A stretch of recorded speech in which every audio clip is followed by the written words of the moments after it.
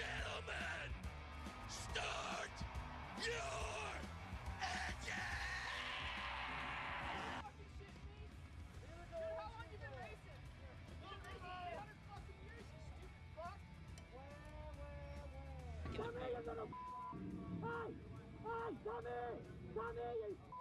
Madsen is howling on James McFadden. It's basically like rebuilding a car basically after the race, where you take all the injectors out, clean all the pistons, everything like that, take the exhaust pipes off, make sure nothing's scorched, everything like that.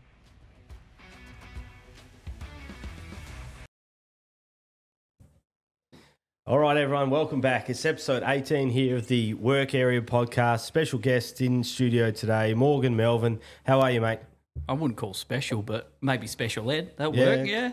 Mate, thanks for coming in. I know it's been an absolute hectic few weeks for you, probably a month for you, really, but signed off last night. You got a little bit of a break coming up? A little bit. Actually, no, we race again next weekend in Collie for the Legend Car title, and I'm actually racing in it. So right. I thought I was going to have myself a break, and everyone else said, let's go have a break. And I said, nah, I feel like I'm racing. Let's do that instead. Have you raced Legends before? I've raced Legend Cars a couple of times now. No luck. I think this year I've actually run them once at the Motorplex, and I think I did all of about 2 laps, and it kept breaking down on me. And old man's been racing it for a while, and he loves it. And they just had their national title in Bunbury on the weekend, and he finished 9th. But they have these sort of subcategories as well. Like it's kind of like a GT class, and here's his Masters, and he come out as the national champion in Masters for Speedway Legend Cars. That's awesome. Hey, I never thought like of subcategories for Speedway. That's a really good concept. I like that. It's different, but because obviously it's like a international brand, they have like a black track and obviously a dirt racing scenario. So all of them are in categories. So you got your professionals, your semi-pros, and your masters. And so they had 3 different titles. Obviously the overall still gets the national championship, which was a pro driver of Rob Wallings. And that was cool to see as well. And just stoked for the old boy. He's put his heart and soul into these ones, because I'm getting him a little bit more and more out of his business realm and into a semi-retirement sort of situation, to get to see him not being there at least, but seeing him happy after coming home with, we'll call it a semi-national title championship win anyway. A 9th but a first, right? 9th but first. Imagine finishing 9th and still coming home with a 1. Yeah, that was obviously my sort of background is a bit of desert racing stuff, and that's exactly the same. There's like classes within the one race, and you are competing, like it's more vets and stuff like that, and masters and stuff, like 56-year-old dudes doing desert racing, but you're within your own little battle, and you know who you're up against, and it's a great concept. I've never really thought about it in a speedway realm, but that's awesome. Yeah, speedway's a little bit harder. Obviously, we've already got our categories, and you can't expect it all to happen. And I think in a division like that, they're still growing, they're still booming. It's a great way of trying to get a different sort of interest. Like, you're not racing against, say, the professionals that have been racing for 8, 9, 10 years or what have you. You're racing against like this little group of guys that are just having a fun, but you're all on the same track. You're all racing on the same dirt at the same time. So cool aspect. And I'm stoked. Would the old man, he would know like who else is in that class? I don't think he does. He's quite clueless when it comes to that sort of stuff. He was just enjoying the time being out there, and for him, he probably just thinks to himself like it's not really much, because he did end up with a wreck car at the end of the night, but still to come out, I'm just so proud. Yeah, sweet. Before I forget, we're just currently getting our backside trackside thanks to BKB Plumbing and Gas. Brody, he's over in Japan at the moment. The big man having a holiday in the snow with the kids. He needs a rest, and he's getting it now. So, if you just don't mind having a quick listen to the read, BKB Plumbing and Gas. For all your plumbing needs in the Pilbara, contact Brody and his dedicated team. From domestic water softeners to large-scale commercial projects, BKB Plumbing and Gas, they've got you covered. Yeah, right. That's the Legend Cars. How long's he been doing that? Well, he's been racing in and out for the last 30 or so years, but Legend Cars started about 3 years ago. It was more of one of his best mates was racing it, so he thought he'd give it a bit of a try. Then we got 1, then we got 2, then he wrecked another one, so we got a 3rd and now a 4th, and it's become his hobby because, as I was saying before, trying to get him more and more out of a business realm and getting him into drawing a retired life, and instead of being retired, he's decided just to continue to build race cars instead. So he's not at work as much, which is great. I don't have him breathing down my neck all the time, but he's still doing something, keeping active and still racing. I think that's the best part about it. Yeah, okay. And so what about your career? What have you raced, like, right from the start? What did you sort of cut your teeth on? So I started at 10 years old, obviously being a second-generation driver. So did junior sedans for 7 years. Couldn't drive a greasy stick, but I still love the sport, still do. Moved in, had a couple of years off while I started moving into the background of the sport and doing what we're doing, and then got into late models because my brother bought one, who's a younger brother, Alec, and I didn't want to feel left out, so I bought one as well. Raced that for 5 years, again, did absolutely nothing in the career. Bought a production sedan, raced that 2 or 3 times while still trying to juggle doing everything that we're doing. I still got one, but don't get a chance to race it. I raced it once, broke the flywheel, and just it's been sitting in the side of the shed ever since. What's your favourite then? You always said on the Legends as well. What's the funnest class to drive? Late models, without a shadow of a doubt. If anyone has ever had an opportunity to drive one, they'll say the same. They are one of the most unique cars to drive, and it takes a lot of feet, arms, brain, and to hop in one of them and be instantly fast it's so hard. They're just so mechanically engineered to perfection right now. They are just purpose-built cars to be on dirt and turn left. And if you get one of them right, it is like nothing you've ever driven in your life before. Yeah, right. Yeah, we'll speak about it later, but fucking Joe Chalmers last night. How cool was that banging the boards? It had a bit of a Kai Blight in them. Obviously, they've worked to get so close in. But just that feature race, man. I can't think of anything better than being at the Motorplex last night. Obviously, we've had high unlimited and all that sort of stuff, but last night's racing from start to finish, I have to say, was probably one of the most perfect nights of speedway racing I've seen in a long time. I wasn't sure it was going to pan out like that. The track sort of looked like dry, it wasn't quite going to be there, and then all of a sudden the street stocks went out and it just sort of started coming back. And the first person that I heard say it was like Tom Payette. He's like, no, the track's coming back. Like the street stocks went out, and he's like, it'll be fine. So what happens there, obviously, is these cars have only got 200 horsepower, but they're running on radials. So they're just thin as hell tyres, and they just get into the dirt. They always get sideways, and that's why they're the perfect division to have on a night like that, because they go in both directions, so they can open up the exit and open up the entry on both directions. And it was cool that we had so many of them because it started to work it. Obviously, we did work the track a little bit just before the speed car feature race. I think that really did help out as well, but just for a night, even though dashes, they were a little bit off. The heat races were sick, though, for sprint cars. Right up against the board, slide jobs all round. I think as I said, last night, hats off. Best night of racing I've seen from start to finish. And what about this weekend then? You're at Collie. State title, is it? Yeah, state title. What are you hoping for? Just to finish. Yeah, okay. That's all I want to do. I've raced these about 4 times, and I've never finished a race in them. So it'll be cool just to string 8 laps together and hop out of the car and say, fuck yeah, I finished. And what's like, say, a national title type winning car? What's a legend? They're all the same. So really, they're all the same. They are probably, when it comes to speedway racing, the most the nicest way to put them is they are just restricted with everything. You have to buy parts from a certain supplier. It's like racing saloon cars on black track. Everything has to be numbers matching, perfect. You can only be within a certain limit. And their rules are, if you get caught cheating, you're done. Perfect. And that's what it needs to be. Exactly right. And it's a great entry-level class because of how they've built themselves here in the West. And kudos to Kyle and Ricky for what they've done with Legend Cars. And they continue to grow. Like this division 4 or 5 years ago, we were struggling to get 6 cars at a racetrack, and we had 26 on the weekend at Bunbury. So that was pretty cool.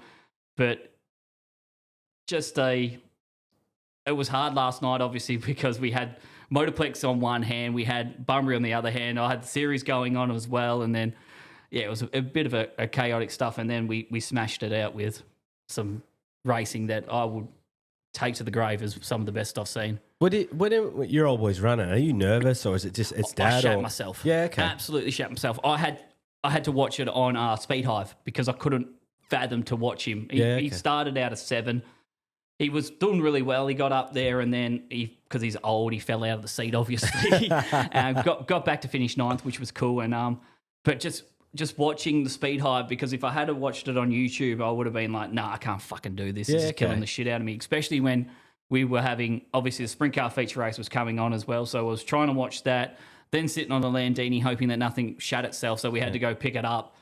It was just, chaotic. So with that, mate, you obviously work at the Motorplex. Like, for people who don't know, like, can you explain your role? Like, I don't even know what my role is. It's hard. Obviously, when people ask me what my role is, I just say Speedway. Yeah. And that's the easiest way to put it, because it doesn't matter where or when. If they ask, I help. I love the sport. This sport has given me so much, and I want to continue to help out and give out all these other places the exact same of love and happiness that this sport gives me. Like a crescent. Yeah, exactly. Lots of different jobs, sizes. You can use me as a hammer, screwdriver, whatever. Like, Mikey just gives me a bunch of jobs. It doesn't matter what it is. Like, obviously, working with him as on the yard side, but obviously I've got to try and do my series side and all that sort of stuff. So it's easy when people ask, what do you do? I just say Speedway. Yeah, okay. Yeah, last night, mate. Let's get stuck into it. This is it. We got to get into it. But this week's obviously the guest this week, Morgan Melvin, brought to you by Upfield Designs. Dion down at Upfield. I've got a helmet coming from him. I'm really excited for it. Have you showed anyone the design yet? Nah, it hasn't quite been finalised. So. Well, your car's got nothing on it. So how can you go from a car that's got nothing on it with a helmet that's been done by Dion at Uphill? Yeah, well, because now what's happened, I just got sort of, I don't want, the sign writing didn't work twice. And then now I'm thinking, I don't want to put my business on it. I may as well put the podcast on it. So I'll message CS Design soon enough with something, and I'll get something done on the car, and it's gone all right. So I don't really need to do it. But I'm keen for the helmet, because the helmet's going to sit here or something like that as well. So actually, now with the new logo that you have, is that a little bit of a tinkling of what the helmet's going to look like? Yeah, it will look something like that. I think exactly what it is. Dion's a wizard, so I'll probably just let him do whatever he really wants. I've got some a little parameters, but I'll just let him pin the ears back and do what he needs to do. I think before we actually talk about this weekend, I've got to talk about Dane Kingshot's helmet. How cool is that? That is, when it comes to helmet designs, I love the American-style football helmets that you see over in the States, where they get like their favourite college or their NFL team. But having a beer like that and Wilson's on there, it just feels WA, and just the look of it. He has smashed that one. I think it's going to change the designs and the stuff that people get, because it seems like there's been, after speaking with Dylan, there's like an influx of like sponsors and people wanting to sponsor particular type helmets. Yeah. Like not just like the designs anymore, like it looks cool, it's blue and silver or whatever. But like sponsor specific, like obviously Callum's got that maritime version one for Shorewater Marine, and then Dane, and then now there's like this influx of like, sponsor specific type helmets. So see, for me personally, I've always sort of like the helmet design, that is you. Like that's the last piece of you that people can see, so you want to make it heartfelt. But I'm not against what's going on with these helmet designs, because again, like that Callum Williamson one, it is so cool, and especially the way that's been brought up and just how he plays the whole crowd. It's cool. Dane Kingshot with that, it sticks out. Yeah. And it's cool. And they're obviously both Upfield Design helmets. Exactly right. So we'll plug him, Dion. Good job, man. Yeah, he's a wizard on it, mate. All right, let's what we call entering the work area, brought to you by RBS Solutions. One of my good mates, Reggie, he helps us out. Have a listen to the Reg. RBS Project Solutions. RBS is based in the Pilbara and specialise in structural, mechanical and piping projects. RBS is bolstered by strong field supervision and leadership, ensuring successful execution of projects across the mining and oil and gas sectors. RBS Project... Oh, I cooked that. At least you can cut that out, can't you? Nah, I don't edit anything. You don't edit anything? Nah, I don't edit So you don't anything. edit that? Nah. No, good. It is what it is. Mate, it's Speedway. It's not exactly. Formula One. No, we don't edit anything on this. I put it through AI, so there's like an AI editor. You can put in a word you can get rid of, but it effectively just evens our voices to the same level. Yeah, sick. That's about it. And then writes the blurbs for the Spotify, and then it just gets banged up. Smashed out like that. But yeah, so Speedweek, far out, mate. You having much sleep, or what are you doing? No, whatsoever. So obviously, I have to give all the kudos to Gavin, what he's done. It's great to have such a leader like we do here in the West. I know obviously he's not the man of Speedway here in Western Australia, but for ourselves and anyone that works in it, we feel like he is the nucleus of everything's going on. And for what he had done for that event, not just Speed Week in general, but this whole just whatever's going on. I can't even fathom still what we just went down through for the last 3-4 weeks. I think everyone that had worked in the Motorplex, from Gav and his whole staff, like Mikey, busts his nut. I mean, he is probably one of the most down-to-earth blokes, but just so great to work with. And that's why I feel like there's a lot of us that gravitate to go work there, especially in the youth, to feel appreciated, to feel humbled in what we do. And then you've got his staff, all our volunteers that continuously come in there week in, week out. You got to think about it. Most of these guys don't get paid. And we did what we did over the last 18 or so days. It's been just a whirlwind of emotions, and to be given what we were in the racing, in the love, and just the feeling around the whole place. Like, you've probably been into many a pits, but to see what we saw over every night of Speed Week, I still can't imagine being anywhere else in the world but where we were there for those 3 weeks. For me, it clearly sets a tone nationally of what a speedway race should be. Like, you know, for me, I think like what I don't, not a single track, any track out or anything like that, but like your version at another track over east, it's just not quite the same, and it starts right at the bottom. Like, oh mate, I'm not aware of his name, but 25 years. Yeah, it was his birthday last night. Oh, Greg like, on the gate. Yeah, I mean, like, turn 3 gate. What a memory. And that's what you're saying is a nail on the head. Like, everyone feels appreciated there. Yes, we might get into everyone's ears. Yes, we might yell. Yes, we want to punch on 9 times out of 10. But I've never worked in a place, and I've been a lot of places in this sport, but I've never felt so appreciated as just being the tiniest cog than what we are there at the moment at the Motorplex. And I think that's the whole gellness of what's going on at the moment. We all know that we just play one little part, but to work, we all need to work together to make sure it hums like it does. And really, I'm still trying to think about it, even over the high limit, try and put a fault, and you can't. Nah. You really can't. Yes, we might have missed it out on, you know, little things, but in the end of the day, those little things are far few and in between compared to the goodness of what's going on in the sport here in Western Australia. And there's so much negativity about what's happening over here because it's not happening in other places. But in the end of the day, other places have that opportunity. They have it with other events. Why can't we? What's so different to what we're doing here in the West? Embrace it. Yeah. It's cool. I think that when you look at it like that, and I have seen some of that stuff, but no one over here is going, oh, their shit. Yeah, exactly. It's like, because we set the standard. The events that are here, they're the standard for the rest of the country, and it's easy to try and, it's like tall poppy syndrome almost. Like, when you set the standard and set the bar so high, like people don't want to put all their time in like they do at other facilities and not be the best. But mate, we all strive to be the best, and there's no two ways about it. We don't put our time and effort not to be the best, but we want to see everyone see that and say, we want to be a part of that. Not being at the Motorplex or anything like that, but go to your venue. Yeah, do this. And put your spin onto it. Mm. There's no problems on why you can't. And then you got people, obviously, in other places saying, oh, but it doesn't have the history, it doesn't have this, it doesn't have that. What went down over the last 3 weeks is a combination of 6 months of blood, sweat and tears. And if you weren't there on the 30th to see the emotions of our general manager, as we put on, and you called it a race meeting, I call it an event. Yeah. It is an event. And that's where he has taught a lot of us more. Don't call it a race meeting, call it an event, because an event is what it is, because you had the fireworks. It's a show. It's a show. we're putting on entertainment. Yeah. And that's another thing about it. He's learnt so much to all of us about that. It's about the event. It's about the show. We got to put on a facade. We're in the entertainment factor because we're competing against so many other things.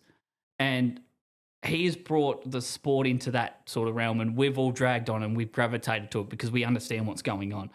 And it's hard to put into words the emotion that we all felt. Like, we were all in tears at the end of High Limit, just hugging each other because of what went down. And I'll never forget it. Thank you to everyone that still believes in what the Motorplex is in doing. And we were at not breakfast, at lunch. I think it was 2 days after.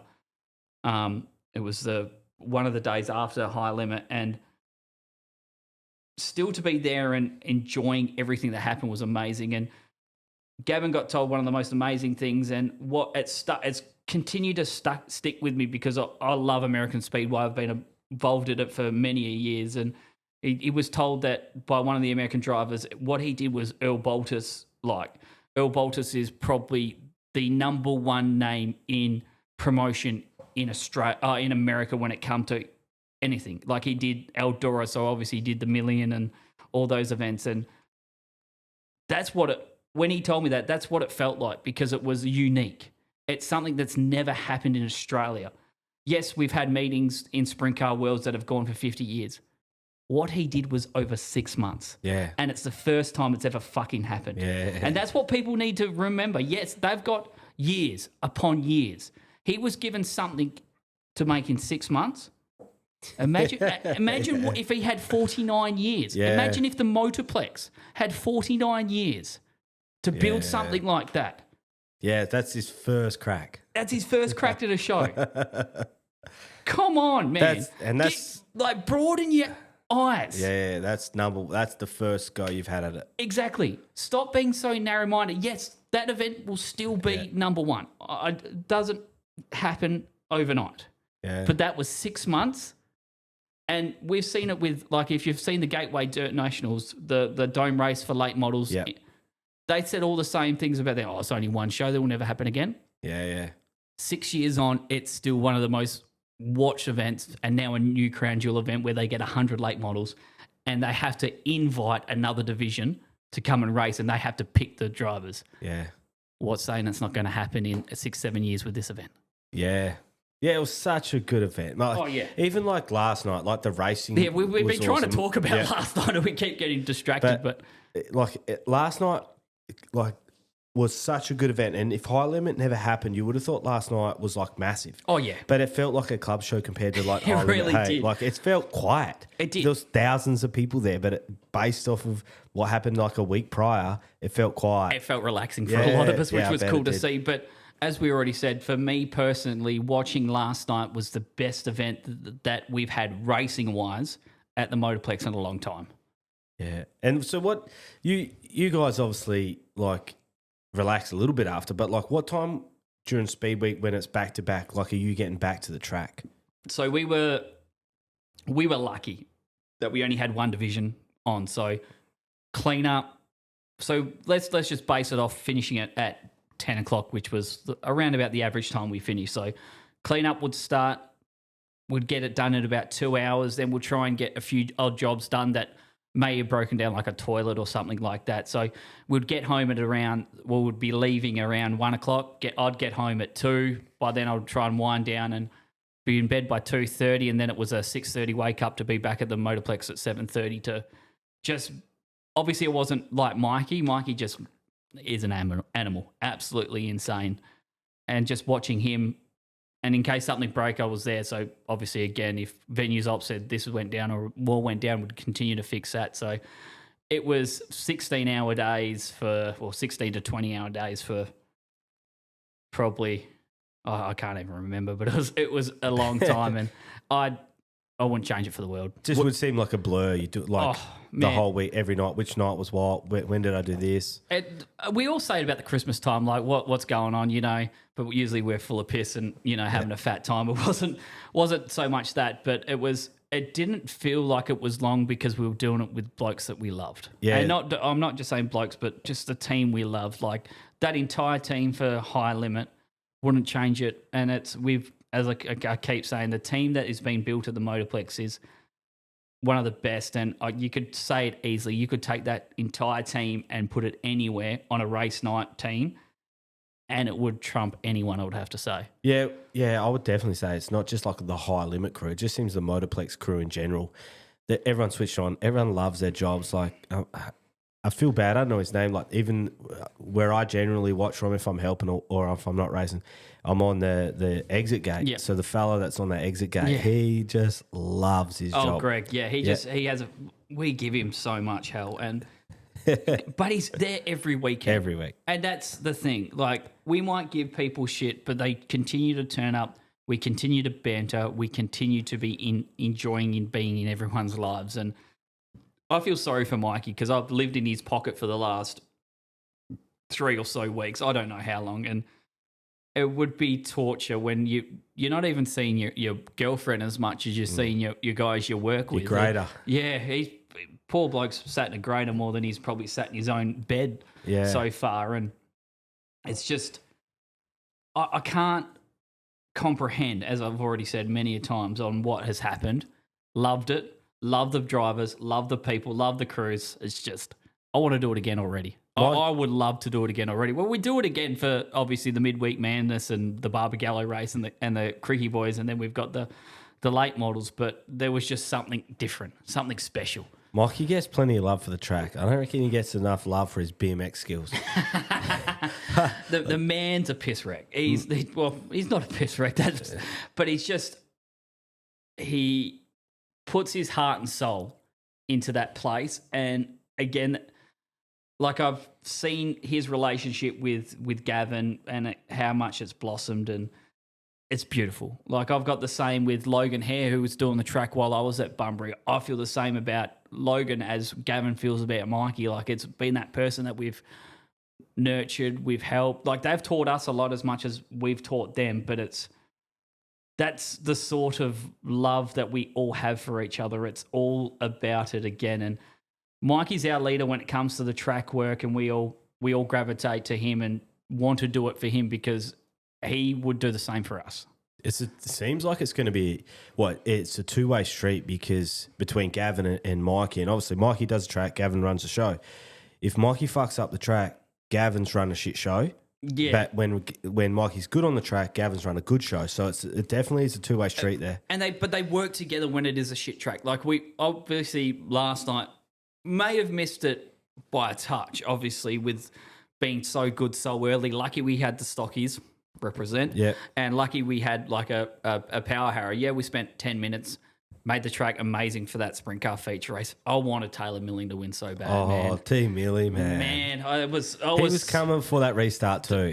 I'm going to get into it. Yeah. Mate, the big dog, the fast worm was wiggling his way in. How good was he on the bottom as well? Like, I had the Landini just parked up in front of Gleno and his old man and Rob Adley, and just watching their emotions, man, they were riding with him throughout that entire feature race. And when he got past Kerry, I think I jumped up with them as well at the same time. We were just all pounding for the 25. He's always been there. He's been thereabouts. I thought this was going to be his break, and sadly that restart happened, and then he ended up falling off the podium because old mate fucking Cal Williamson decided he wanted to put the junk in the trunk and just rail the top side of the racetrack. But it was sad to not see him on the podium after running so well for the first 25 laps. But dude, he's third. He came third. He came third in the end. Yeah. I thought Cal got him. Nah, Cal, mate. The fast worm just pulled out a bit of magic, mate. How cool was that? Even after that restart, the racing between Kerry was gone, but the race between Dane, Cowan, that's WA Speedway right there. Those three guys, like they're all from WA. And the cool thing, Kalgoorlie, Bunbury, and Geraldton. Yeah, they ain't from Perth, boys. Nah. They've come to travel to that show. Yeah, mate, I really want to dissect that later, but we may as well get stuck in it. So obviously the first feature race of the night was the speed cars. Yes. Rare that the speed car, it wasn't shit, but speed cars was like the worst feature. It really was. It wasn't it wasn't bad, but comparatively, like it was pretty boring. But they usually put on the best show. Yeah, they really do because they're wild and wingless. It Yep. says so in their moniker. But if you were going to put that on a 1 to 10 basis, you'd put it on 5. Yep. And the only reason you'd put it so high was Jake going upside down. Yeah. And that just threw a whole cat amongst the pigeons when he went upside down. It was a pretty well run-of-the-mill feature race until that happened. Then all of a sudden, it just turned on its lead. Mate, and obviously Buddha won, and he was good, but he was better in the third heat, so his second heat. He on the wall, mate, that scumbag. He was telling Rowie, I sort of helped Nick row out for the night, and then in the second heat, he was just literally, nah, mate, you just put it up on the wall, just back off a little bit, and then just power. You'll win. It'll be easy. Just get up on the boards. And then he leaves, and everyone's like, yeah, right, easy for you to say. Exactly what he did in that third heat, mate. He was coming past the pit exit gate, and he was like 20 centimetres from it the whole way around. It was cool, man. He was like a robot. Yeah, it was that top side had some glue to it, and obviously they started moving around because they started on the bottom because we worked the top and the bottom, and like speed cars do, they dropped to the bottom. But as soon as they started to wear that away and they got the crumbs back up to the top side, it got really juicy, and man, it was cool. And sad for Robbo as well. He was having a good run again. He's been doing good at the country tracks, just sadly hasn't been able to put a show at the Plex, obviously, to where he wants. I don't know if something broke or something, because that just went straight right. Yep. No brakes. No. That's probably not what you want when you're running up the top side. A freak thing as well. It wasn't like their mechanical issue. Something like a part actually just failed, and unfortunately he went into the wall there, and that's 2 cars and 2 shows at the Motorplex, so not ideal. But Buddha obviously once Andreotti went over, mate, these blokes just have that much fun. So Buddha's driving along the under yellow, and Nick Rowe, the show comes up next to him. Then Buddha's giving him this one. Well, Scissor's going, I'm chopping you.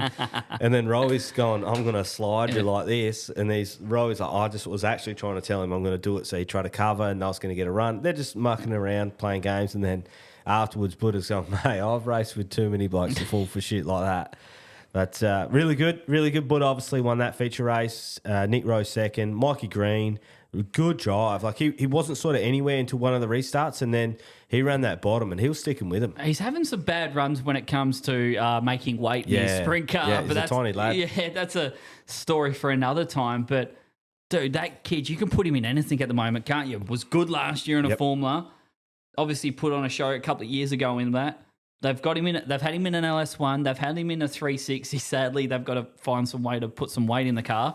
But in that speed car again, like he went upside down in it. I think it was the first night at higher limit. It was a big dump, but again, that kid is not shaken. Nah, he's good. He's really good. I think he's going to be the next one to challenge Buddha.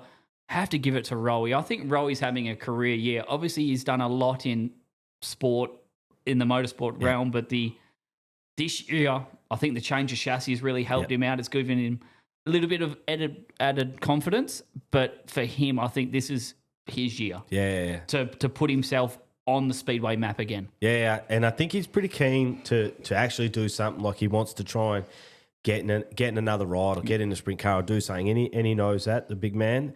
The other kid, fourth, Billy the Kid, William Douglas. Oh, yes, man. How good is he coming this year as well? Yep, really good. And then I think probably the hard luck of it is Cody Nash, because Cody was coming. Like he was catching He needs Nick. a win. He really needs a win, that kid. He deserves it. He's got so much faster, especially even the Watson boys. I know they've had a lot of bad luck. Cody doesn't have bad luck. He just seems to fall out at the wrong time.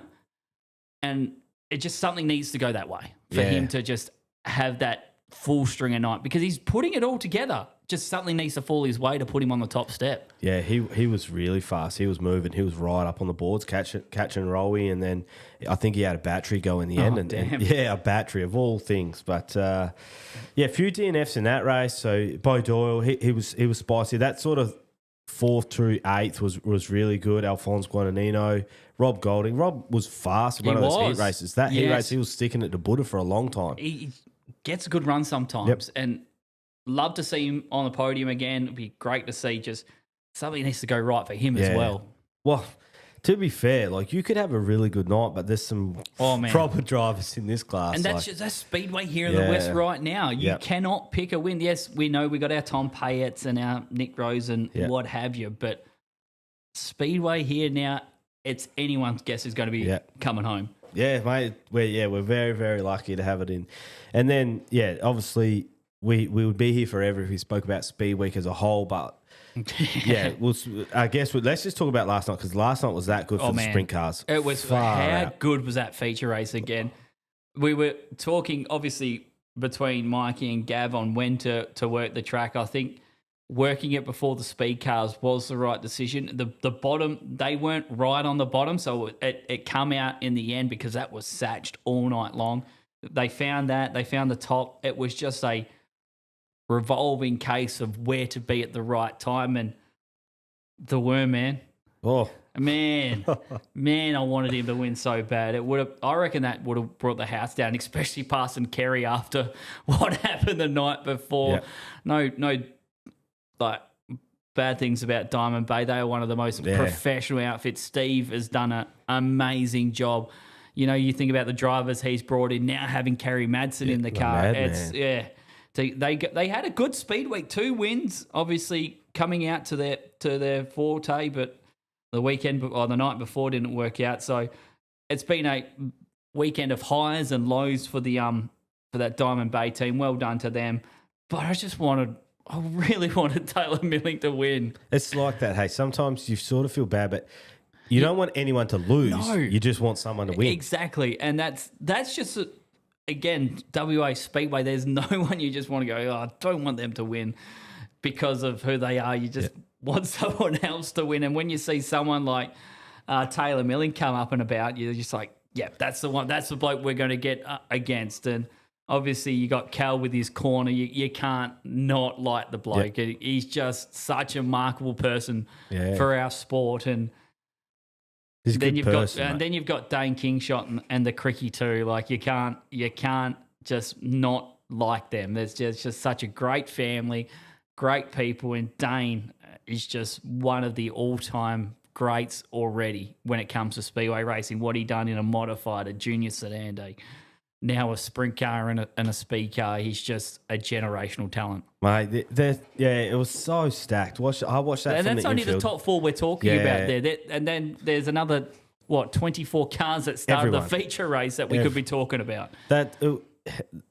don't know why. Sort of my overwhelming thing was it was like a cyclone. Watching it from the infield, like the battle for 16th was crazy. Like you can look at the results and go, he was 17th, he was shit. Or like, I don't know who was 17th, Jimmy. Adam saying Jimmy shit. But if you watch that race, it's crazy. Oh, it was. Like Jimmy's flying and him and Chris Coyle were battling and then Gio Celsi, like it's crazy like how fast these dudes and how good these guys in 16th are. Yeah, and that's another thing that I was kind of just on the wayward side of thinking, especially like with the Americans that we had here, one of the most amount of Americans that we've had for a speed week. Matt Jewell bringing his own stuff. Dude, that's cool that we had a driver actually want to bring a container to come over.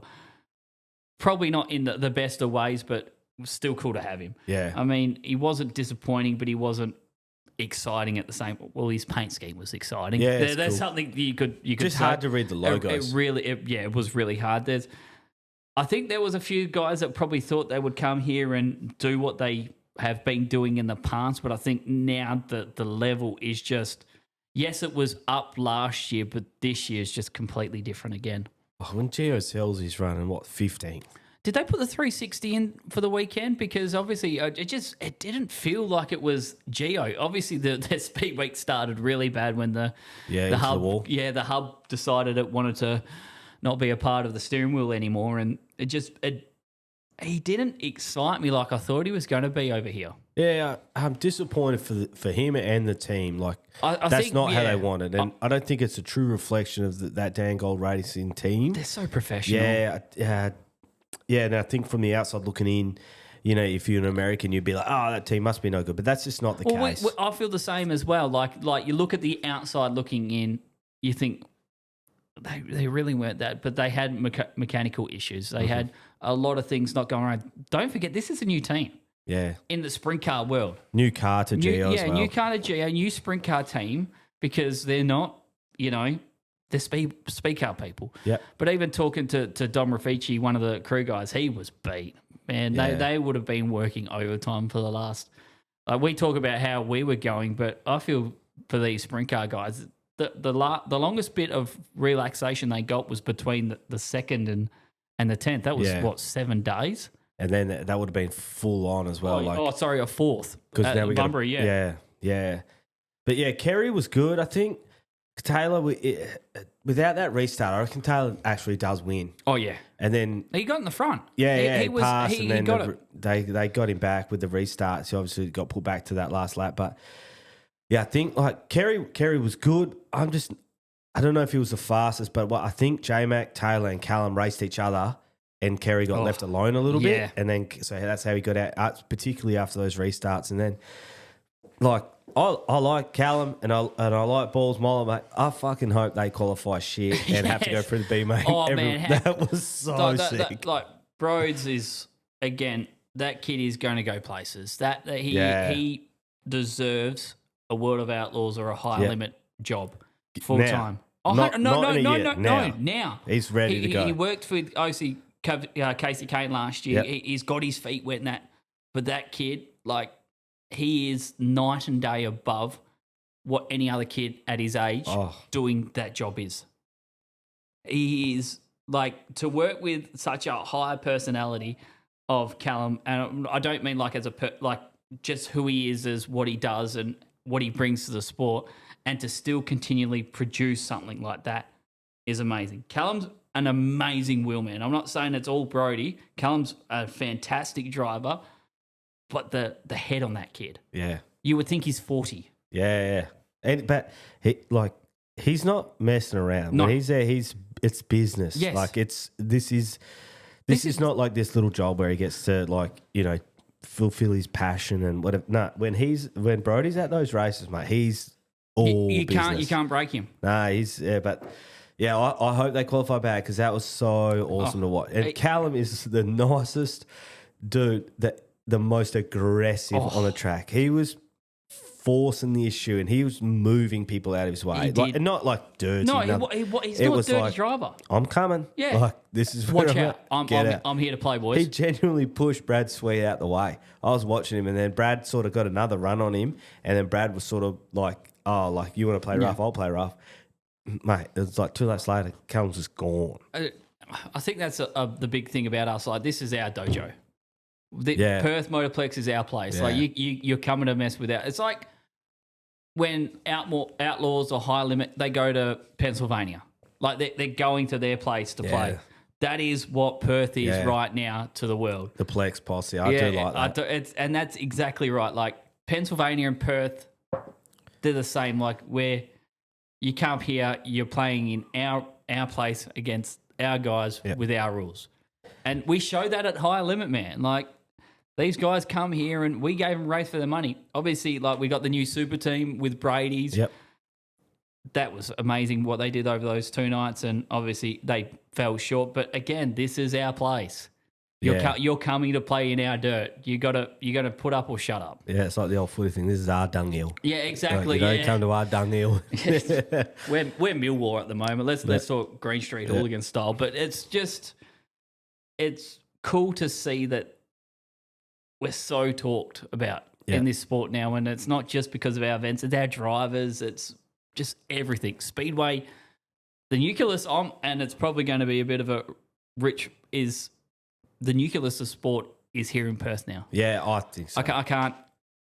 You cannot say that it's not. Like, the West is booming, numbers, crowds, TV, what have you, stems in Perth. Yeah, and I don't necessarily subscribe to anyone falling off. I think that Perth have just separated themselves. That's exactly right. They haven't, been unfortunate. It's the level that the Motorplex, the staff, the facility, and the drivers and the professionalism that, like, the SCG have made them with the media days and stuff. It's just elevated the sport as a whole to a whole new level. It's brought us into the 21st century. Yeah, for sure. We were playing in 1980s time in 2000, and now in 2025 we're playing in 2025. Yeah. That's the gist of it now. We have moved the sport into the 21st century, and we are now being recognised as something people want to go spend their money on. Yeah. How cool is that? Yeah. And that's as we were saying before the show, that's what some clubs need to do as well. They need to see it, and they are seeing it. They're going, well, if that's what's happening there, let's do a mini version of that. Yeah. With different divisions. Is it going to work? Let's give it a shot. But yeah. So Madsen, yeah, he was good. He started out second, get going. J-Mac, he's J-Mac's like the best football player on your team. Oh yeah, when he's like, Gary Ablett. When he's pretty good, you forget about him because he was just pretty good. Like for him, for J-Mac, you still give him 2 votes. Though. Yeah.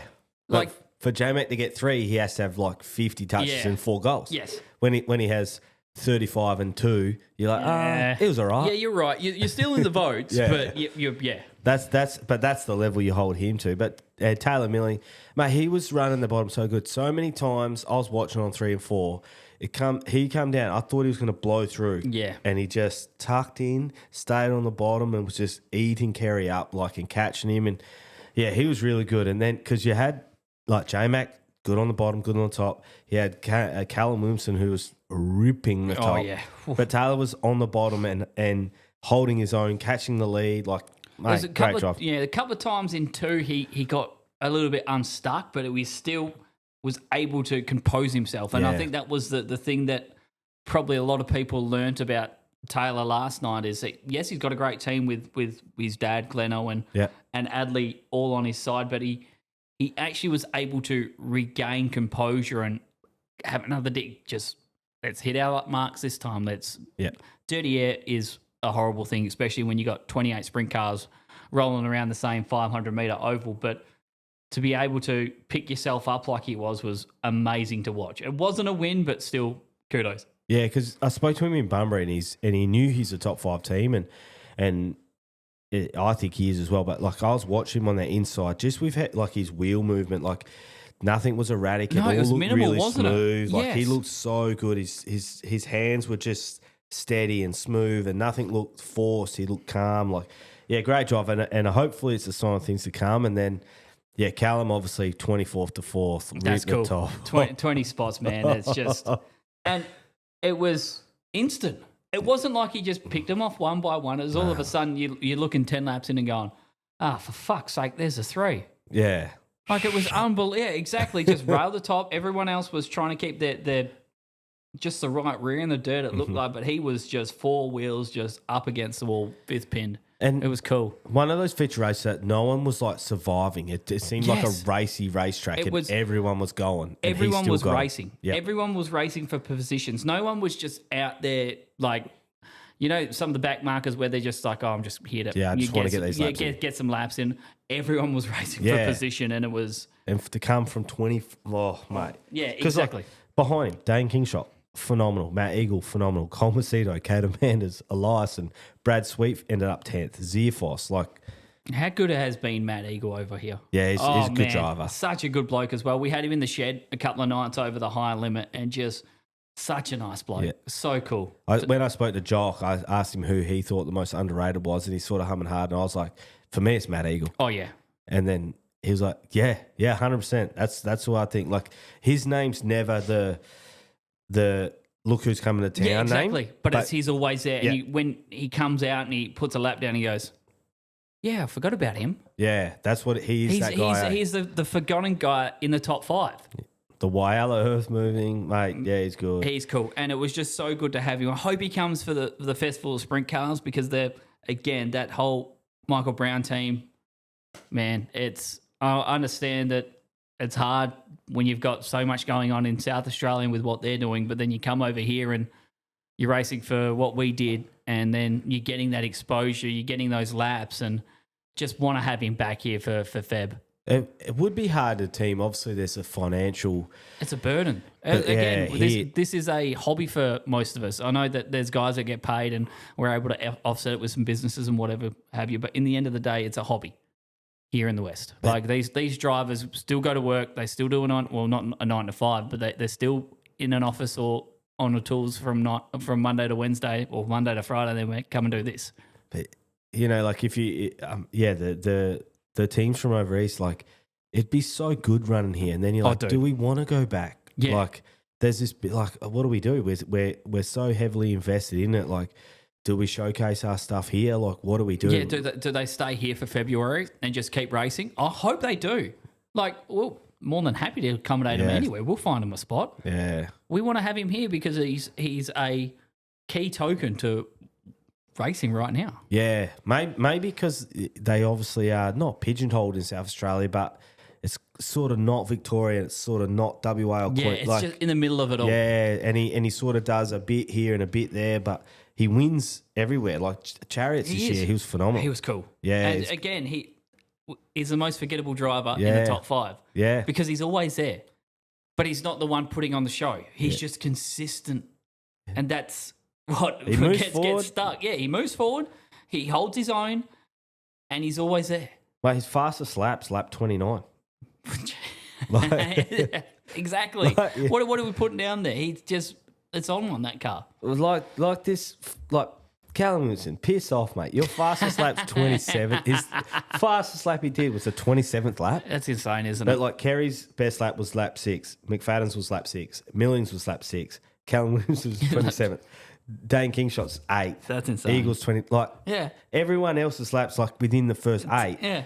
Then Eagle wants to go lap 29. Let's send it. Yeah, let's feed it. Well, we've just been, Yeah. pussyfooting around the bottom. Let's just let it eat. Cole Macedo in 7th. Like I know he was looking forward to it to be up on the boards, and it was. And yeah, he's sort of. It's cool to have him here with everything that went down to still have him here in Australia, not just over east, but it was so cool.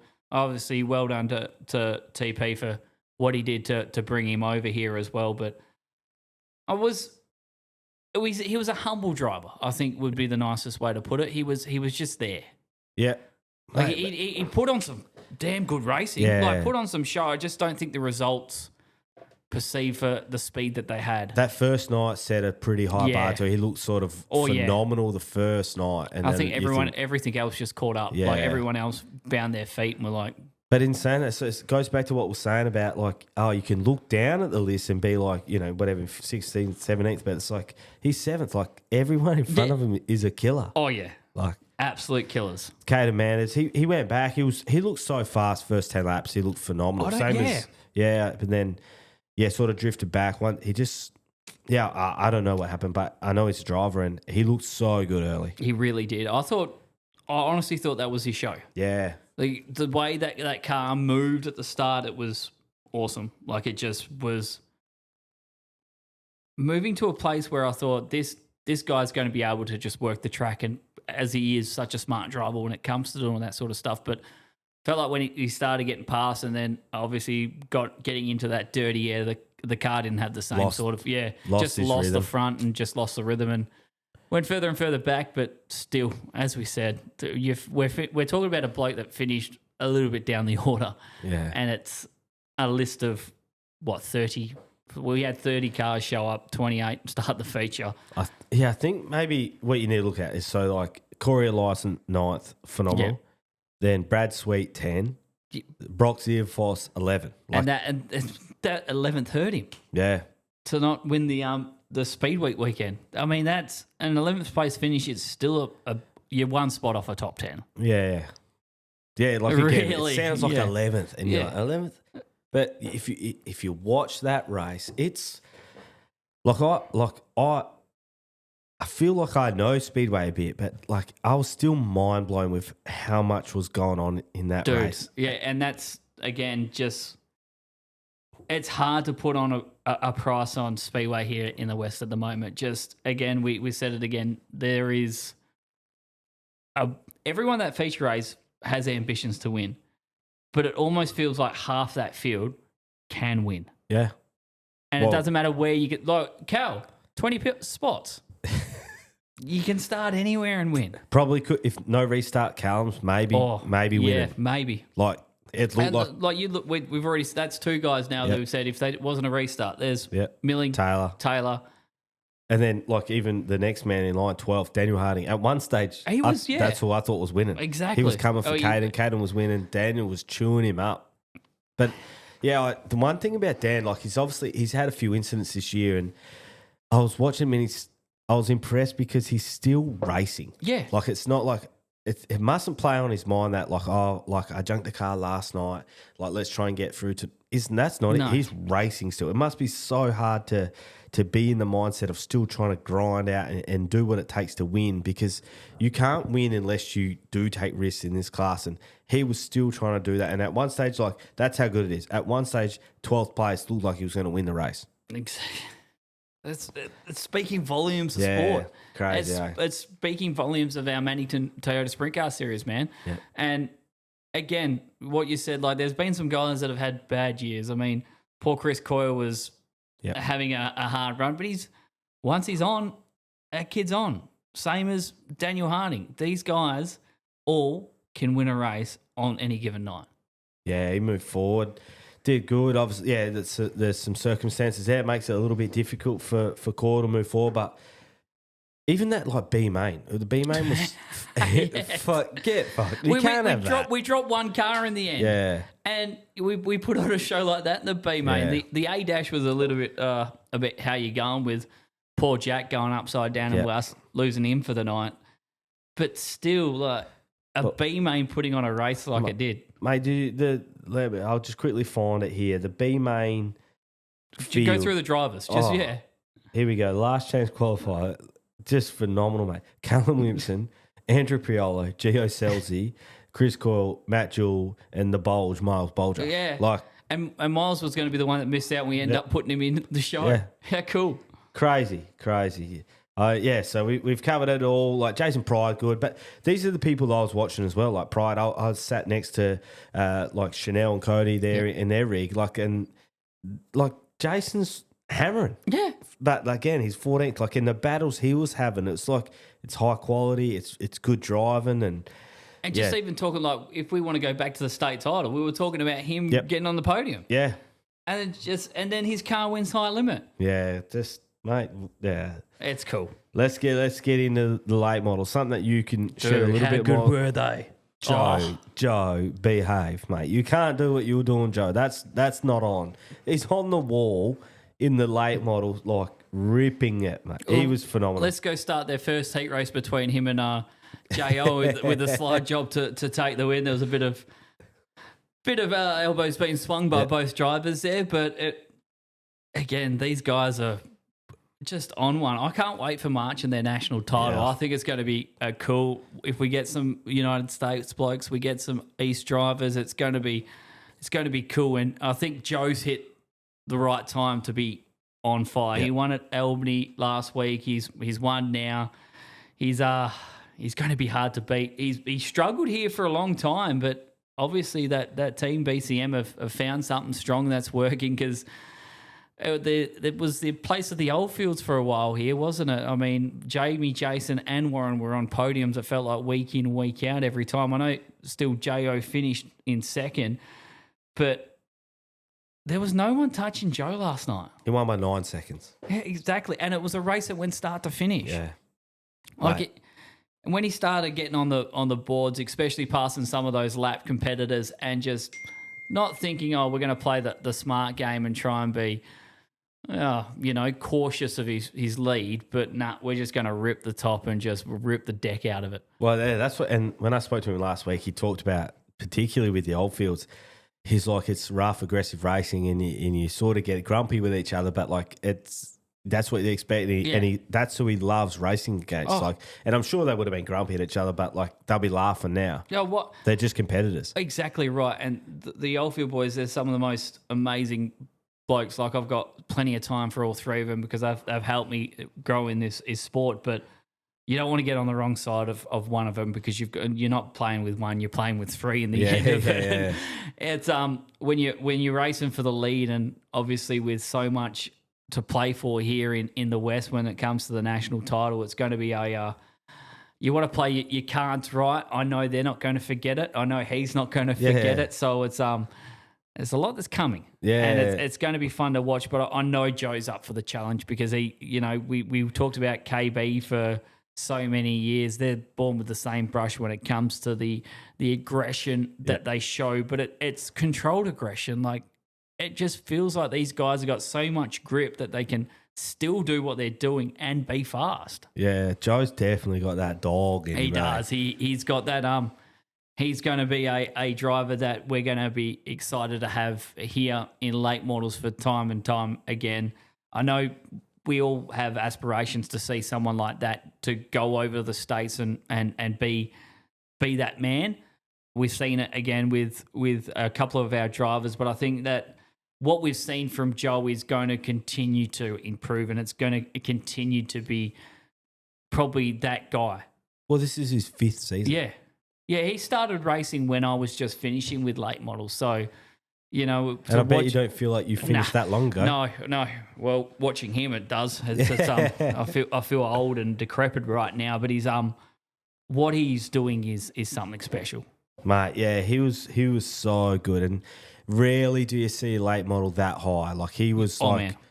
And it must be, you could speak to it a little bit, like a wingless or a sprint car, like it's so, the wall's so visible and you can truly know where your right rear is. But we I know. feel like, we're on the left-hand side of the car. Yeah, that's and what I feel like. It feels like we're a light year away. So for him to be able to find it, but we are lucky with such a big drop on the right front of actually knowing where to move with the wheel or anything like that. But it's a guessing game. Like, you guys, not saying it's easy in a wingless, no matter, but you kind of know that the right rear is just there. And don't include me in the guys, mate. Yeah. The Iwanows, the Armstrongs, all the rest of them. But the right rear is at your right cheek. So it kind of feels like you can gauge by being close, but there's a whole football field in between where the driver is and the right rear, and then you've got the rest of the deck as well that hangs over by another foot. Well, between where like Joe was and between the back right of the car is such a big distance, and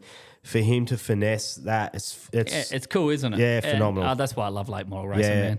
It's just something special. And like we spoke about it before downstairs, you said like one of the best we've ever produced in Jamie Oldfield. And Joe's put 9 seconds on him. Exactly and right. Jamie's been he can amazing. Race anything. That bloke can race anything. The car's amazing. He's like 9 seconds is huge. I know they heard a motor at Albany and it's hampered him, but still to be able to put 9 seconds, again, it is a open motor up against a crate, but still, like, it's a Oh, you didn't get me another 4X. I see how it is. Oh, mate, we can pause it. Yeah, if you we might have to pause, but we'll talk about that a little bit later on. We'll get that before the stockies because we're going to have a long time about that. We're going to need to. Break. But we're speaking like about 2 generational talents. Well, the Oldfield name has been for 3 decades the in thing of here in the West, and to see guys like Joe and even Rod, man, he was up there, and he's another one that is another generational talent. And I think that the pool of late model drivers right now, like you put out that top 11, 12, 13 right now and you go, shit, these guys have what it takes to be on a podium in any other show. Well, you think how good Joe was, and he won by 9 seconds, and Rod had the fastest lap by nearly half a second. Exactly. Like 0.4 of a second. So that's crazy. Yeah. On that one, but he was moving on that one, obviously. Oh, yeah. And then the Oldfield. So just like, I just wonder how much fun they'd have if my brothers weren't so shit at everything, and I could compete with them like that. There's no competition. Oh, when it talks about brothers in competition, there's nothing that stops. Like, I'm the same with my brother. I remember it would have been 6 or 7 years ago. We were racing at a late model show in Albany, I think it was, and I slid him pretty hard, and he was not too happy. He actually got out of the car and started choking me. I'm like, I didn't realise. Like, I knew I slid you pretty hard, but I didn't know I ruined your night that bad. Come on, man. Yeah, right. He grabs Yeah, you. grab me by the neck, and Dad's sitting there going, "Come on, boys!" I was like, "We're racing for 17th, for fuck's sake! You don't need to choke me." Then I realised I shouldn't have slid him for 17th. Yeah, probably true. Yeah, probably not the smartest But- of things. Just a quality field, mate. Yeah, Rod Dude. Massara third, Jason fourth, Warren Oldfield fifth, Craig Vosbergen rarely in the seat. Yeah, and does still that. decent every It time he does gets in the that. car. He's great. Cody Brown, the O show, sorry, in seventh. How good was Brad Blake in the heat races, man? That man should never quit speedway racing. Yeah. I don't reckon he will. I hope he never does. I love Brad as a bloke. I've got so much time for him and his family. They've been one of the big supporters of what I've done in the sport, and to see him still smiling. I know there's been some hard times with his racing career where things haven't gone his way and he's wanted to quit, but man, like to see him up the front and having a fun time is just one of the most magical things. And the sport needs the O show as much as probably the O show needs the sport because of what he brings, who he is, and he's just one of those guys. Is this a ripper? Yeah, he's just one of the great blokes. And then Cody Brown, I don't think people understand like the commitment from a fella like Cody He's to come from down Broome. from. Yeah, it's huge. Blokes from Broome, comes down, has a skid. That track didn't suit him. I know if it was the track had some mud to it, which it had a lack of on the weekend, it would have been a different story. But for him to race like he did with the slickness of the track was pretty impressive as well. But like, if you try to convince someone to drive to Broome once a year for a holiday, Good luck. would be like, Yeah, oh, nah, it's- stuff that. I'm not doing that. Nah, go up for 2 weeks, drive up, drive back 2 weeks. They're like, all that way. Like, Yeah, why are we doing this for? Mate's, he's traveling for the weekend. Yeah, exactly. Just to come and have a skid at a racetrack. I don't know if like, and we'll speak about with the stocky some of the travel that these fellas do, but like, you just got to applaud these people for even committing to it. Oh, yeah. Phenomenal. Big time. Yep. Michael Holmes, 9th, Brad Smith, 10th, Ronnie, Red Hot Ronnie in 11th, been out of the car for a little bit. Yeah, and still she'll get there. It was hard. Like, you got to feel for her as well. Like, a race that went start to finish, and she's only been out the seat for 8 weeks. I would have fallen out the seat after 3 laps, and she's done 30. Mate, I rolled my ankle once playing footy, and I reckon I could feel it 2 years later. And that was just a roll, not like annihilated. That's why football's hard. There's no point playing that anymore. We're Nah. old. Body's stuffed. Yeah, Matt Goodlad, Luke Halliday. Shout out if you know anyone who got his stories. Jay Cardy, David All Boyes. of it. There's enough of them. They're Freddie like, Kinsella. I've spent so much time with these guys. Love them all. Late model racing is one of my favourite of all times. It's given me a lot, and these guys, I call it. It is the premier blue collar division. Late model racing. Like, these guys are still like grubby blokes that get this sort of atmosphere. And I mean, to have 300 late model rounds so far and so many of them at the Perth Motorplex again just shows the level of sport that we have right now. Yeah, it is good. Hey, it's a big field as well. How many? Man, 28 we had. Yeah, right. Yeah, 24 started the feature, but we had 28 cars show up. Yeah, it's good. Big fields, man. Oh, man. And like 28th isn't putting any less No. effort in. Exactly right. Like, you look at the numbers that we had on the weekend, the worst division, and we're not saying it in a bad way, was speed cars. Yeah. They come out with 18 cars and still put on a great show. Yeah, it was a good race. Yeah. But It comparatively. wasn't Yeah. compared to the top Yeah. 3 that we had on the night. Yeah, probably because Roadshow just ruined it, mate. Yeah, Should've why you gotta sent do it. that? Yeah, let's do it. All right, we're going to have a slight break, then we're going to get into the street stocks. So I'll try and figure out how to pause this thing. I think I know. Stand by. Yeah, we're pausing. You should have put on an ad. Yeah, they're too short. And I need a piss. Talk shit while I went. There you go. We got the video back on again. We're back. Oh. This is. Yeah, we're back. We are back. Is this the first time you've actually had to have a pause in one of these? I can't remember. Yeah, I reckon. Well, you've fed us a few beers and we're trying to talk, and my Mate. bladder's not that strong. I don't know how you've done this without having to have a break. Mate, well, we're just going to have a little bit of break. First of all, we got TPE Group coming up. I'm just going to get my sponsorees out of the way. And again, I listen to podcasts and some stuff. But yeah, if you can listen, TPE Group help us out amazingly. Matt Lab, Trav Armstrong, he does heaps for me.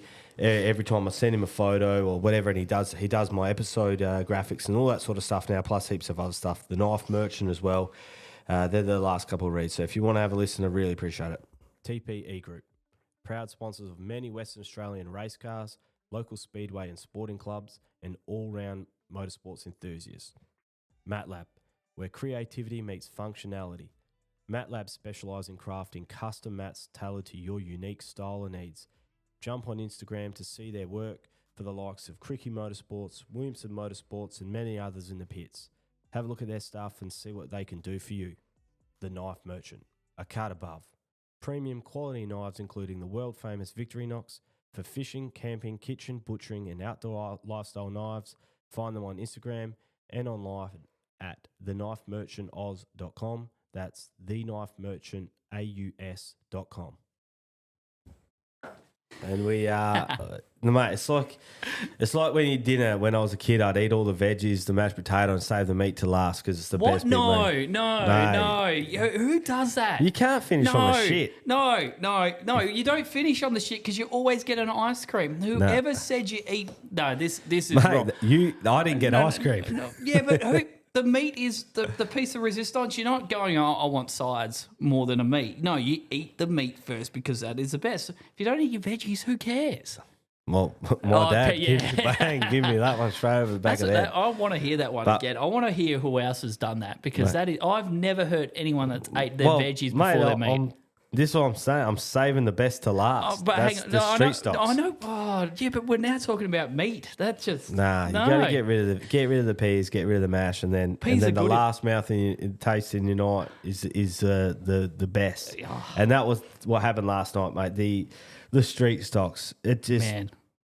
I wish they could have that track that they had, but they run it first, and purely because then everyone could understand how good this class is and how good everyone in this class is as a driver. Like you can sort of get caught up in thinking it's like the workman class because it's you know, quote unquote the entry level class. It's not. Oh, no way. No way. Well, if you saw what we saw last night and think that was an entry level class, nah, no way. And I feel, look, I'm not going to say I wasn't upset, but I was quite happy that we were last because we put on a show like that. Because obviously we got their state title happening in April, which I wanted to make sure that they knew what they were probably going to be in for, and they got the upper hand. So shout out to Gav for doing a schedule so these guys would do what they did. But to see, obviously we saw a lot of people leave before the sprint car or after the sprint cars to the late models.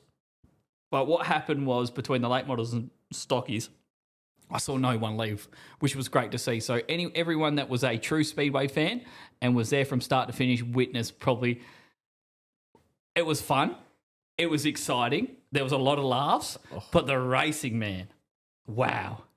Good. Oh, and I know that, again, we say that they're an entry-level class. They probably, some would say like they come here because, we're in the series, so we may as well go. We're going to make a bit of money. Some people come there because they want to get some notes before the state title. Then you've got the guys that want to be a show. And I think we got the guys that wanted to put on a show because that's what they did. Oh, mate. It was so good. Yeah. And that's, again, like if you were a newbie to Speedway and you just sat there and were like, oh, we'll just watch the whole show, you're probably looking at that, looking at the old stock, like the old Falcons and Commodores and going, hey, we can go and do that. Let's go do that. I think if that was your first night ever at any Speedway, you would think the two best drivers at the Moplex was Damon Lyle and Callum Wilson. Oh, man. That's you would the way I watched you're probably not wrong. I watched it back today and just watching Damon, it was like Ross Chastain. He put in the Martinsville sort of style and just I put it in my article this morning as well. It was just like it was Ross Chastain like. Yeah. He just got on the wall and just was riding it around the outside, but he found gaps where there wasn't. And I don't know how. Obviously, one car got unstuck in Jack Favreau from his little bit of mischief. There was three cars involved in that spot, but to do what he did and just ride the top, and he actually put it the best in the Broth boys and said, I thought it was lap 20 when I spun out on lap 14. I was already past Hayden Norman for the win. Got a little bit ahead of himself, but man, that was cool. And to see guys like Hayden Norman, like, for me, these guys are names that I speak at the kitchen table. Like they're so well known to me. They're my mates. I've grown up with these guys. They've put a lot into this sport for ourselves, and there's a lot of names we'll talk about later on that have helped us to get to this sport. But like, the presentation wasn't bad. The way they put their racing on was just next level. Yeah, that race. They knew the criteria and the assignment before they even started that race. So just when you say like in terms of street stock, just explain to the people your role in terms of the street stocks. Like, what do you do? So last night was the final round of the ODH Mechanical Tri-City Series, and we've raced at 2 other tracks. This is the 3rd year we've done it. This year we went to the Ellenbrook Speedway for the Brian Rose Memorial. We had the Street Stock Coal Miner in Collie, which is a unique event that it's an American-style event where they do hot laps, time trials, and what have you. And then obviously last night we finished it off at the Motorplex. This year we raced for $22,500, and we spread that over the top 20 in points. So first place got $5,000 to win. 20th come home with $550. So we paid out quite good for the whole thing. And this has all been stemmed, number one, from Jamie Oldfield, who's probably been one of the most influential people in this series and to help it to build to where it is. And obviously the other ones are the sponsors. And the cool thing about it is street stock racing is funded by the drivers. Like, these guys not only put their money in their race cars, they also put money back into the series. Stevie O'Dowd from ODH Mechanical, he's been the naming right partner for the last 3 years of this. He's from great bloke. If you ever go to Karratha, I'm doing my own sponsorship plug here, but go to Desi O'Dowd's. It's a sponsor of Daniel Hardigan's car. Great bloke, great person, and has done a lot for the sport. But you've got guys like Jamie Goodwin from Esperance Combined Tyre Mechanical. He raced last night. He also gave me $500 each night to be a hard charger.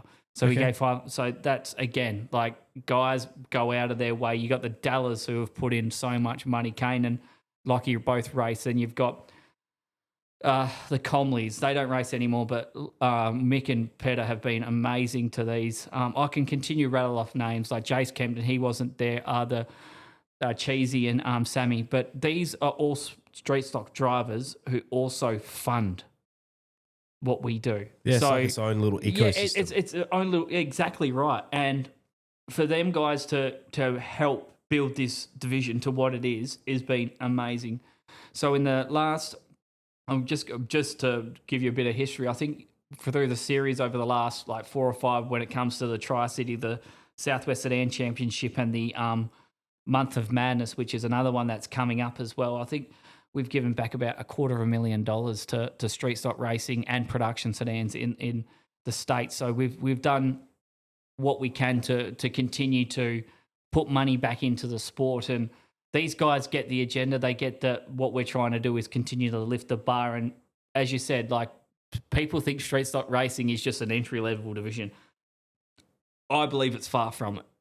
I think wingless is cheaper. Yeah, it probably is. But these guys, again, they can get in it for any sort of cent or dollar that they want to do. It's, if you want to win, you spend a little bit more, and that's just the aim of the game. Same as wingless sprints. It's what you put into it. And for me, I love these guys because, number one, they're my mates. Number two, they want to continue to grow. And number three, I believe that these guys are the lifeblood of the sport. Yep.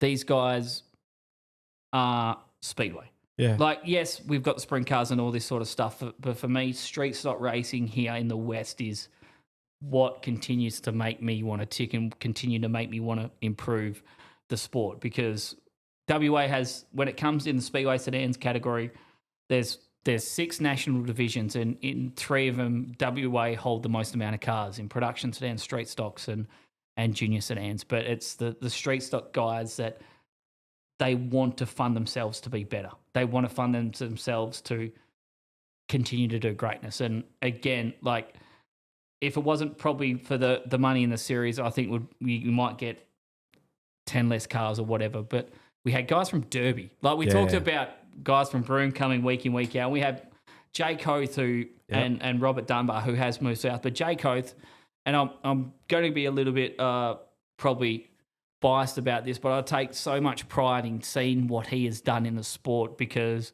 every time he comes out, he continues to get better and better. He won last year's Month of Madness and State title too. yes, he's won the state titles. He won the Brian Rose. He's won the BJM. These are all the biggest races in street stock racing, and I take pride in watching his growth, like not just as a driver but as a personality, because he's getting out of his shell. He's a lot more communicated with everyone else. Like he's now a homegrown name in the street stock world, and I feel like it's been a part of him going to these events. And he's also a sponsor as well. Like he's got his own company and he puts money back in. So that's what I feel so proud about doing it, and it continues to be a driver of what we've done. And again, like I said it before, but these guys knew their assignment. Their assignment was to put on a show, and every single one of those 24 drivers that were in that field in the feature race did that. Yeah, I've not seen I'll probably bang on about Damon a little bit too much, and probably if you hated Norman or whatever, you'd be pissed off because you won the race. Yeah. But like, if you watch I'll share the YouTube thing on the social media stuff. Once they put the video up, I'll put it up. Like it was. Those slide jobs was like what Damon was on the wall, and I spoke about it earlier with you before we got on. But for Blake and Matt Irwin now to be on the field, it's like for the Perth people, they're like the reference points because they're unbeatable in a wingless. Oh, they're so good. Like so, that's the reference points, and everyone knows like they can drive. Like those boys can drive anything, and Blake came fourth and Matt comes sixth. Yeah. So when Damon's doing what he's doing. And he didn't even like, finish. That's the thing. Like, and there was, I think it was in the heat race as well. He did a 2-for-1 slide job as well and banged the boards, and like they put on a show on the heat races. Then they go do like even the B main was quite impressive as well. And then we go out and roll out that feature race, and look, yes, we didn't have the crowd that probably would have inspected to see it, but we had slide jobs for third place at the end of the race. We had sparks flying everywhere with guys railing the top side. We had spins. We had everything you want. The luckily thing, we didn't have anyone upside down, but I love these guys. Yeah, it was a wicked event. I'm stoked for them. And exactly right. And as we were talking about earlier on, like just to do this one show a year where we can highlight that there is this division that does it. Like, and I've been lucky enough again to work with Gab when it comes to these sedan divisions to have just one show on a Friday and Saturday night where we can showcase them, we can promote them, and like even he was stoked up at the end of that feature race with what happened, and to do that gives me a sense of pride that we are noticed. And even for you to say, man, like, I wish that was not the last feature race. Yeah. So that's cool. I wish they had that track, but it was before the sprint car so everybody could see. And that's, like, again, like, if you want to watch it, just go on to 7plus and shout out to D. Neal for what he's done. But go out and just do yourself a favour and just watch these blokes just absolutely hone the motorplex for what it was worth. And it's free. Why not? It's a 20-minute feature race that you'll probably be laughing the whole time. You'll be stoked. It's so good, mate. And then I actually think the broadcast did really good because, like I don't want to sound like I'm on my knees for him or anything, but like Damon was the show with how he drove, and they showcased it. Yeah, it was so good, and it wasn't necessarily for first or second. Like him coming through the packs and like. Those slide jobs were huge. Yeah, man, like he was good. He was using all 20 meters of that place and just using it for what it was worth.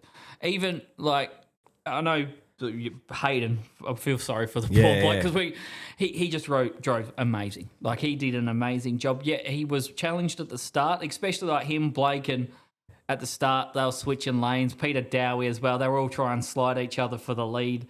But then you've got this guy from Carnarvon. I'm going to have to list the names where these guys come from because again, we're talking about their one time of the year that they get. He's done 900 Ks for this, but he put 900. He did 900 Ks for us to put on a show. Well, 1800 because he's got to go home. Yeah, exactly. But when you look at the names, we had Esperance show up, we had Albany show up, Mansham up, Margaret River, Collie, Bunbury, Ellenbrook. Then we had Geraldton, Kalgoorlie, all the way up to Carnarvon. Also as well, like there's Derby as well. I know there'll be other clubs that I've missed out on, but for them to come down, commit to this show and just understand, like I know that a lot of these guys, they have that old sense of mentality about, oh, fuck the motorplex, it's just a moneyplex and what have you. We've all had that in our life. Even me as a young age had that. But for them to come to this one show for the year, put on an event like they did, it's just awesome because it's more people in sight. It's a show that they put on. But not only that, it's showcasing that Speedway is much more than sprint cars, speed cars, late models. There is a other place where you can go to, and it's for Perth, we're lucky because we got Allenbrook in the wintertime we can go to, but there's other weekends where you can go down to Collie, my home club, and you can watch those sort of divisions and more race for a can of Coke and a laugh that would put on the exact same show just at a different sort of place and different divisions. I do also think it's the showcase that it put on for, like, there's the state title coming up and stuff like that. If a Eastern State driver, South Australia, whatever, watch that, like, surely if you were pretty decent, you go, I just want to be amongst that. Like, how good of a track it is, the complex and all the rest. You can't watch that feature race and not want to be a part of it. And exactly right. And the whole thing about this state title and being a part of Speedway Sedans West Australia, it's, again, we're going to take it a little bit, not the whole essence of High Limit where it was an event, but it's going to be classified as an event. Yeah. Like, we're going to still put in between all of us at Speedway Sedans West Australia to come and enjoy these 4 days that we're going to have here. Like, yes, you're going to race for a state title.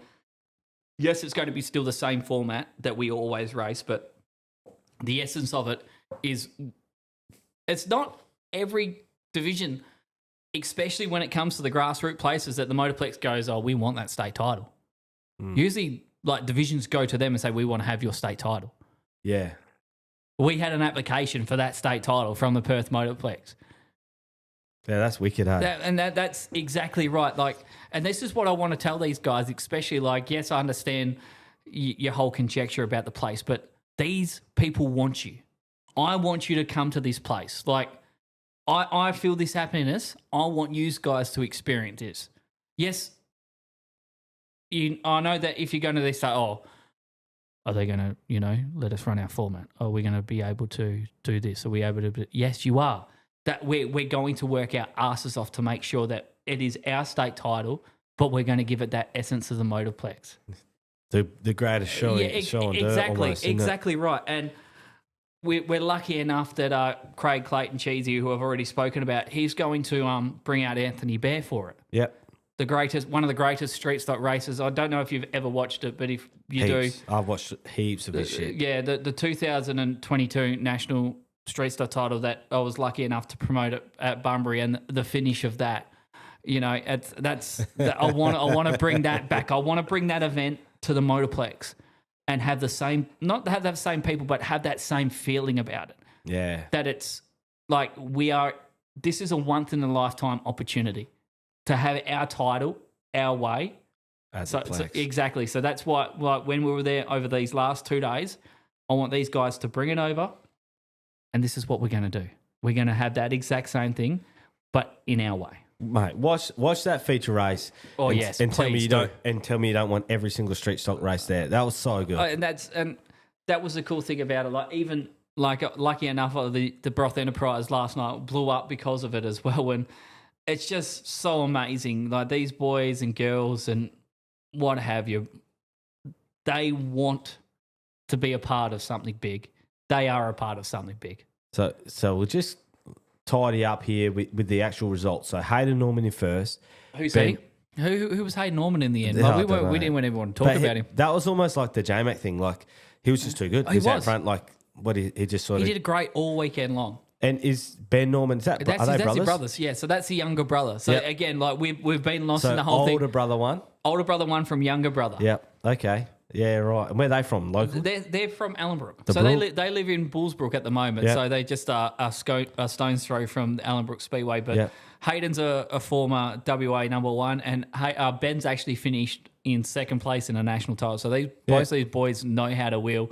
And again, like to beat, well, Peter Dowie ended up passing Blake Ivanhoe on the last lap, but that was a mean slider as well for third spot. And as I said, like they were racing for third, and you would have thought they was going up for a national title the way that some people were acting. And Peter was really good all night. Yeah, he won all his races on the first night. He was 4 events undefeated at the Motorplex until the heat race on the Saturday, and then started off pole, but he ended up falling back at the start there, and it was Hayden that ended up being in control for the entirety of that one. But again, just being able to find his way through back to the front, which was good for Dowie. And Blake, you know what's shit? That's probably fourth. It's probably his worst result he's had in maybe at the Motorplex. Like 12 months. Man, A fourth. He's probably livid. Those 2 guys at the Motorplex have been great. Oh.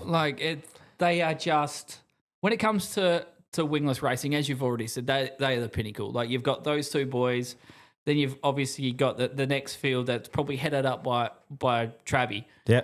Travis Armstrong is probably the next bloke. You've got Sharpie, but that list of drivers is starting to get longer and longer.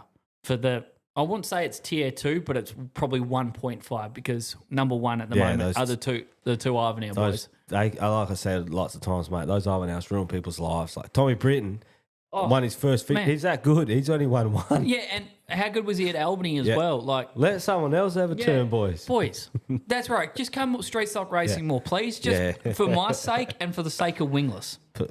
And then we got Cody Avans in 5th. Yeah, Avans. Yeah, Avans from Collie. So there we go. We've got 2 Allenbrook. That's all right. Up on the hill. He's up on the hill.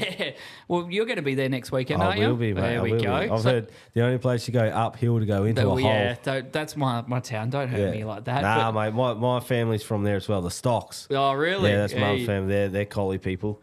Matty Ivanhoe in 6th. Shane Wild. Matty Hammond. Peter Herbert. Albany man. Yeah. He's actually the uncle of BKB Plumbing and Gas. Yeah, so again, like you got Margaret River, Collie. Yeah. Like these guys aren't Perth people, but they come for this show. Cade Munro. Yeah, he's from Geraldton. So there you go. As I say, like multicultural this class, isn't it? Exactly right.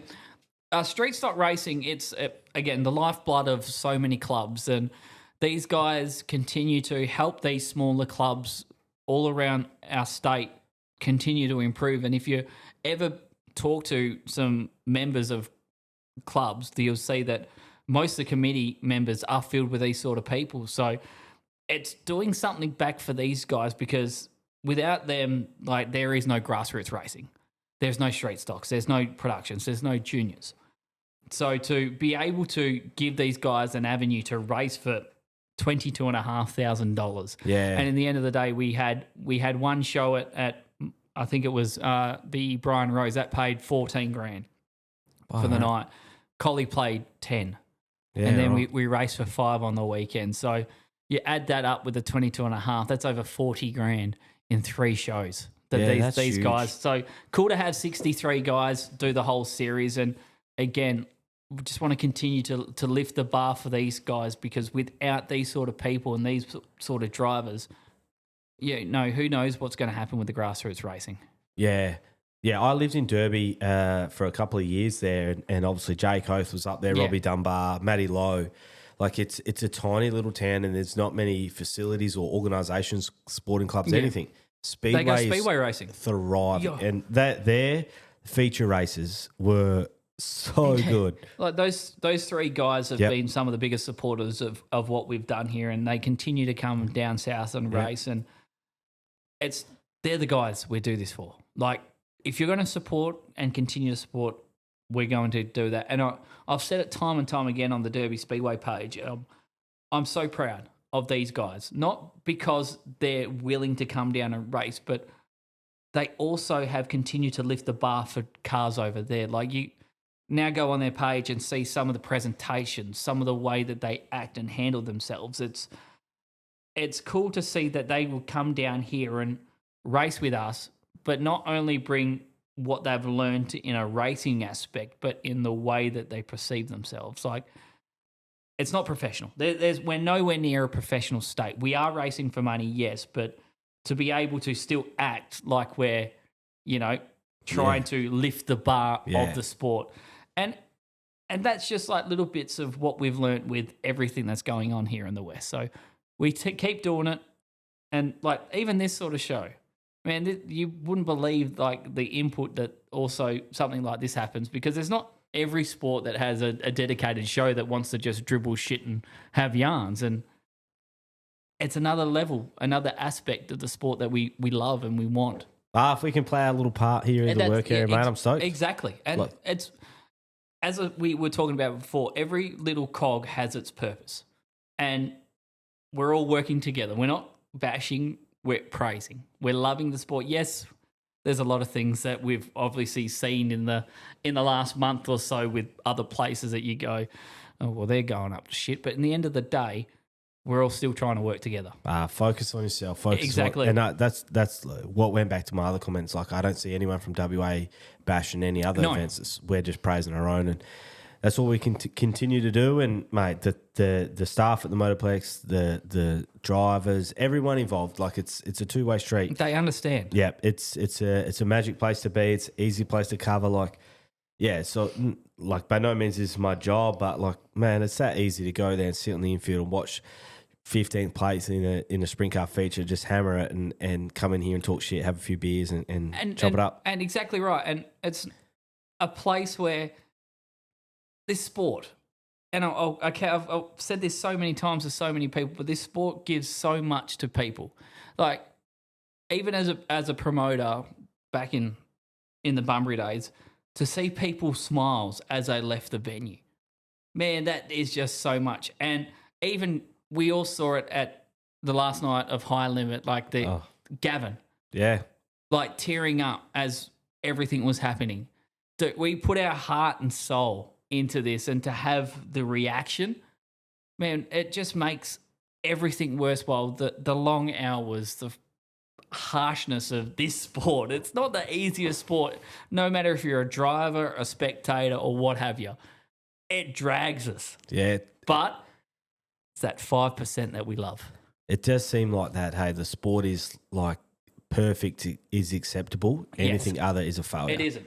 Good is a failure. Like, even if you like live streams, like some live streams that go to shit, well, I paid my money for this, what the fuck is going on? All this sort of crap.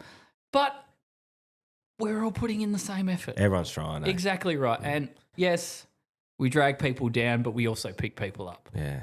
It is someone, people don't understand it, but this is some people's AFL. This is some people's cricket. Like, this is what people live for. And we've all seen it, like some of the kickbacks we get on Facebook, but we're happy enough to give the harsh reality to some people, because in the end of the day, WA is the epicenter at the moment, and take anyone on that, because do you have the numbers that we have? Yeah.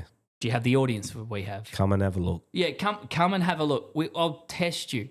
Come to an average meeting, even if it's in Meekatharra. Yeah. Even though they don't have a track. But, well, maybe not Mika. Yeah, not Mika. But come to a racetrack and just experience it at a grassroots level, then go to the Motorplex. Yeah. And tell me what's the difference. Because it's the same atmosphere, it's the same passion, and it's the same love. Done. All right, mate. Yeah. Epic, mate. This is definitely chapter one, mate, of plenty of chapters. We'll get you back in here and we'll talk some shit for a fair few, mate. I don't know what you're doing, but I'll be up for that Carnarvon. It's the Westralia Cup. Yes. The Wingless Fruit Bowl. Oh, you're going to come and do that, are you? I reckon I'm coming to do a podcast. I reckon. Oh, that'll be awesome. We might have someone driving the White Knight, the number 85. There might be someone else in it for that weekend. So you're not going to do it? Nah, I'm in Coral Bay for 2 weeks before, and I'll let the hair down in Coral Bay. So you don't want to just, there's an avenue where you can actually just leave it there and go away. That's what I'm doing. I'm going to leave. But don't have someone else drive it. Have you raced at Carnarvon? Nah, but there's a man there that might want to get behind the wheel. He's a friend of the show, and might set the town alight. So we'll see what happens, mate. But thanks for coming in. Really appreciate it. Thank you so much. Oh, yes, please. All right, see you guys. This episode has been brought to you by the following businesses. If you're in the market for anything these sponsors can help you with, please use them. Let's get behind the people who support the sport. See you at the track. BKB Plumbing and Gas. For all your plumbing needs in the Pilbara, contact Brody and his dedicated team. From domestic water softeners to large-scale commercial projects, BKB Plumbing and Gas, they've got you covered. RBS Project Solutions. RBS is based in the Pilbara and specialise in structural, mechanical and piping projects. RBS is bolstered by strong field supervision and leadership, ensuring successful execution of projects across the mining and oil and gas sectors. TPE Group, proud sponsors of many Western Australian race cars, local speedway and sporting clubs, and all-round motorsports enthusiasts. The Knife Merchant, a cut above. Premium quality knives including the world-famous Victorinox for fishing, camping, kitchen, butchering and outdoor lifestyle knives. Find them on Instagram and online at thenifemerchantoz.com. That's thenifemerchantaus.com. MatLab, where creativity meets functionality. MatLab specialise in crafting custom mats tailored to your unique style and needs. Jump on Instagram to see their work for the likes of Cricky Motorsports, Williamson Motorsports and many others in the pits. Have a look at their stuff and see what they can do for you. Ironwood Projects. If you are looking for reliable carpentry services in the Karratha and in the Pilbara, look no further. Ironwood Projects is locally owned and operated. Toby and his team specialise in all aspects of commercial and residential buildings. Contact them today.